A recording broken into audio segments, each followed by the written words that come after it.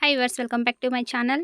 పిల్లలకి హాలిడేస్ వచ్చేసాయి. రోజు ఏం స్వీట్ చేసి పెట్టాలని ఆలోచిస్తున్నారా? మీ దగ్గర స్వీట్ పొటాటో ఉంటే ఈ ప్యాన్ కేక్‌ని ట్రై చేసేయండి. సూపర్ టేస్టీగా ఉంటుంది. ఇలా బాయిల్ చేసుకున్న స్వీట్ పొటాటోని మెత్తగా స్మాష్ చేసుకొని ఇందులో 2 టేబుల్ స్పూన్ మైదా కానీ, కార్న్ ఫ్లోర్ కానీ తీసుకోండి. అలాగే 2 టేబుల్ స్పూన్ షుగర్ తీసుకోండి.